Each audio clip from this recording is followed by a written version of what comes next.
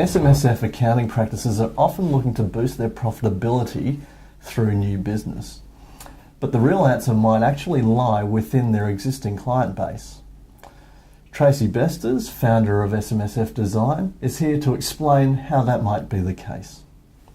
Welcome, Tracy. Thank you, Darren.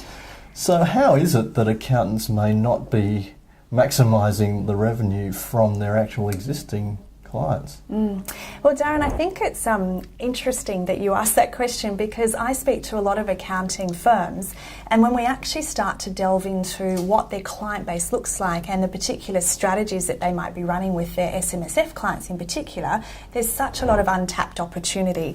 Accountants, I think, traditionally have been focusing so much on annual financial accounts and audits and all of the general what I would call traditional compliance work, but there is so much other strategic restructure work that just isn't getting done because of time, maybe resources, or lack of knowledge. So going right back to the start, you said that you look at their client base. How important is actually attracting the right clients in the first place in that process? Look, I think that it's so vital, and my message to accounting firms all of the time is around make sure that you're attracting your ideal client. My ideal client, when I'm looking at my accounting business, is a small business, a family business that I can help to restructure and help them to grow their business so that they've got excess money to then be able to invest and boost up their super. But some people don't like to work with businesses. They might want to work with mum and dad investors, for example. So understanding who your ideal client is the key. If you don't know who it is that you want to attract, how do you know where to find them? And how do you know where they hang out and what sort of marketing activities you need to do with them? So attracting the ideal client absolutely is the key, but then what to do with that client once you get them in the door and how to maximise all of the opportunities is also very important. You mentioned marketing just very briefly. I did, yeah. How important is that, and how well are they doing it at the moment? Look, traditionally, again, accounting firms haven't really had to do a whole lot of marketing. You know, right back traditional, you hang a little shingle outside and say, I'm an accountant and I can do tax work and I can do this and that, and people walk in the door because that's just what has happened. Now I think that marketing is a whole lot more important, but there's a big confusion, in my opinion, around branding versus marketing. So putting your position out there of who you are as a business and what you do is very, very different to marketing activities that are going to attract those ideal clients in the door.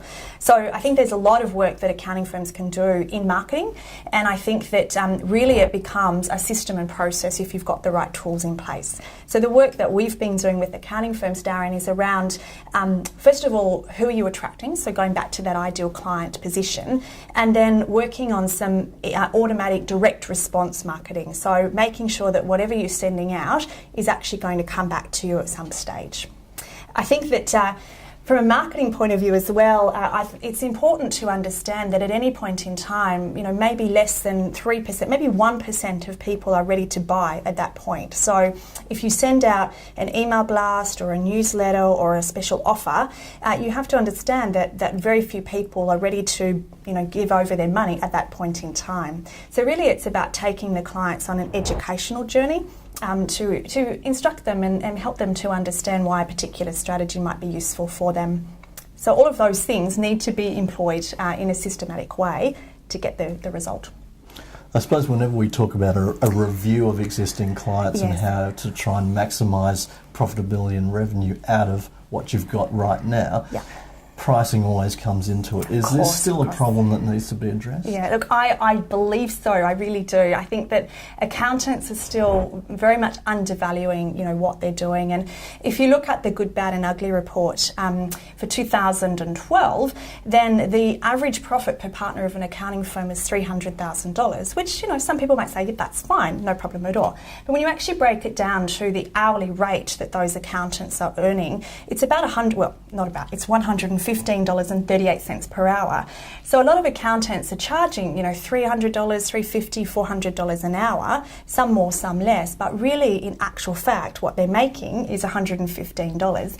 And for me, you know, if I've got my house on the line and my backside on the line, then, you know, you want to make sure that you're really getting the right price that you are for the value that you're delivering. So it's all about the message that you're sharing, and it's all about how to articulate that value to the client. And we've done a lot of work on a whole value pricing toolkit that we've generated around SMSF advice and how to really, break down what you're doing, build those strategies, and value stack. We talk about that a lot, that term value stacking, and making sure that the client really understand what it is that you're actually delivering from an outcome point of view, and then charging accordingly. So I've always said that I don't see any point, Darren, if you've if you're generating an outcome for a client and they're saving $1 million in tax over the next 10 years, is that worth more than $3,000 or $4,000? In my opinion, yes, it is, provided you ethically and morally articulate that value and the client's very happy with it, then you should be remunerated accordingly.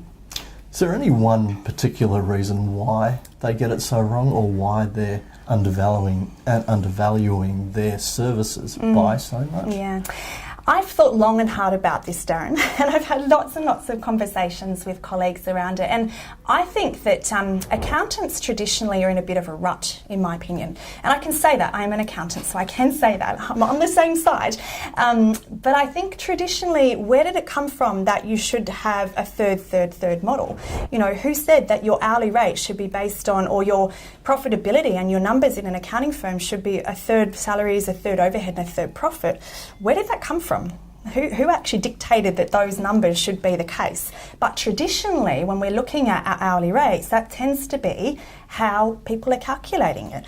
So to me, I don't think that's the case. I think that if you are providing a very decent outcome and you are leaving your client better off, in a better position than when you found them, then I think that you certainly have the right to be able to charge whatever you feel is appropriate in your business. No one ever said that you had to only make a third profit, right?